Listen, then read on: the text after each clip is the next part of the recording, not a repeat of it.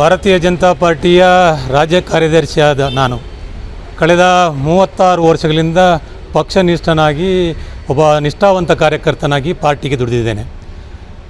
ಪಾರ್ಟಿಯಲ್ಲಿ ಯಾವುದೇ ಜನಪ್ರತಿನಿಧಿಯ ಅವಕಾಶ ಆಗದಿದ್ದರೂ ಕೂಡ, ಪಾರ್ಟಿಯಲ್ಲಿ ಯಾವುದೇ ರೀತಿಯ ಲಾಭದಾಯಕ ಹುದ್ದೆಗಳನ್ನು ಕೊಡದಿದ್ದರೂ ಕೂಡ ಪಕ್ಷನಿಷ್ಠೆಯನ್ನು ಮೆರೆದಿದ್ದೇನೆ.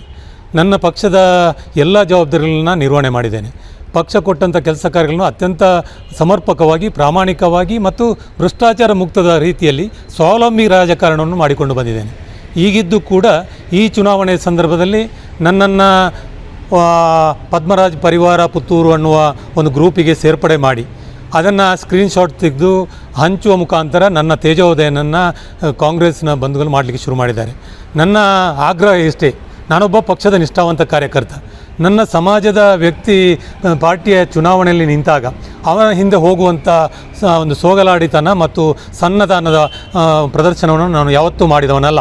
ಇಡೀ ನನ್ನ ರಾಜಕೀಯ ಇತಿಹಾಸದಲ್ಲಿ ಕಳೆದ 36 ವರ್ಷ ಕೂಡ ಪಕ್ಷನಿಷ್ಠನಾಗಿ ಕೆಲಸ ಮಾಡಿದ್ದೇನೆ ಮತ್ತು ಪಕ್ಷಕ್ಕೋಸ್ಕರ ದುಡಿದಿದ್ದೇನೆ. ಹೀಗಿದ್ದರೂ ಕೂಡ ನನ್ನ ತೇಜೋವಧೆ ಮಾಡುವ ಮುಖಾಂತರ ನನ್ನನ್ನು ಈ ರೀತಿ ಹೀಗೆಳೆಯುವಂಥ ಕೆಲಸವನ್ನು ಮಾಡಿದ್ದಾರೆ. ನಾನು ಯಾವತ್ತೂ ಕೂಡ ಈ ರೀತಿಯ ಸಣ್ಣ ವಿಚಾರದಲ್ಲಿ ತೊಡಗಿಸ್ಕೊಂಡವನಲ್ಲ. ರಾಜಕಾರಣದ ಗೌರವದ ರಾಜಕಾರಣ ಮಾಡಿಕೊಂಡು ಬಂದಿದ್ದೇನೆ. ಈ ಜಿಲ್ಲೆಯಲ್ಲಿ ಹಿಂದುಳಿದ ವರ್ಗವನ್ನು ಕಟ್ಟಿ ಬೆಳೆಸಿದ್ದೇನೆ. ಹಿಂದೂ ಸಮಾಜವಾದ ಒಬ್ಬ ವ್ಯಕ್ತಿಯಾಗಿ ನನ್ನ ಸಮಾಜದ ಬಂಧುಗಳಿಗೆ ಎಲ್ಲೆಲ್ಲಿ ತೊಂದರೆಗಳಾದಾಗ ಅವರ ಪರವಾಗಿ ನಿಂತು ಸಂಘಟನೆಗೆ ದುಡಿದಿದ್ದೇನೆ.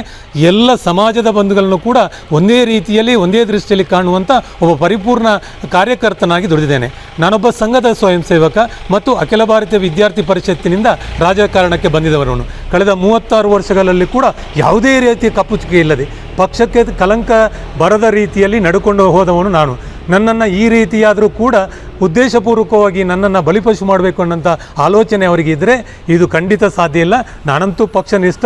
ನನ್ನ ಪಾರ್ಟಿ ನನ್ನನ್ನು ಎತ್ತರಕ್ಕೆ ಬೆಳೆಸಿದೆ, ಆ ಪಾರ್ಟಿಗೆ ಋಣಿಯಾಗಿದೆ. ನನ್ನನ್ನು ಈ ರೀತಿ ಮಾಡಿದವರು, ನಾನು ದೈವಭಕ್ತ, ನಾನು ನಾರಾಯಣ ಗುರುಗಳ ಧರ್ಮದ ಹಾದಿಯಲ್ಲಿ ನಡೆದವನು, ನಾನು ಕೋಟೆ ಚೆನ್ನಯ್ಯರ ಸತ್ಯದ ಹಾದಿಯಲ್ಲಿ ನಡೆದವನು. ನರೇಂದ್ರ ಮೋದಿಯವರು ಧರ್ಮದ ಹಾದಿಯಲ್ಲಿ ನಡೆದಿದ್ದಾರೆ, ನರೇಂದ್ರ ಮೋದಿಯವರು ಸತ್ಯದ ಹಾದಿಯಲ್ಲಿ ನಡೆದಿದ್ದಾರೆ. ಆ ಕಾರಣಕ್ಕೋಸ್ಕರ ಭಾರತೀಯ ಜನತಾ ಪಾರ್ಟಿ ಒಬ್ಬ ಪ್ರಾಮಾಣಿಕ ಕಾರ್ಯಕರ್ತನಾಗಿ ನಾನು ಭಾರತೀಯ ಜನತಾ ಪಾರ್ಟಿಗೊಂದಿಗಿದ್ದೇನೆ.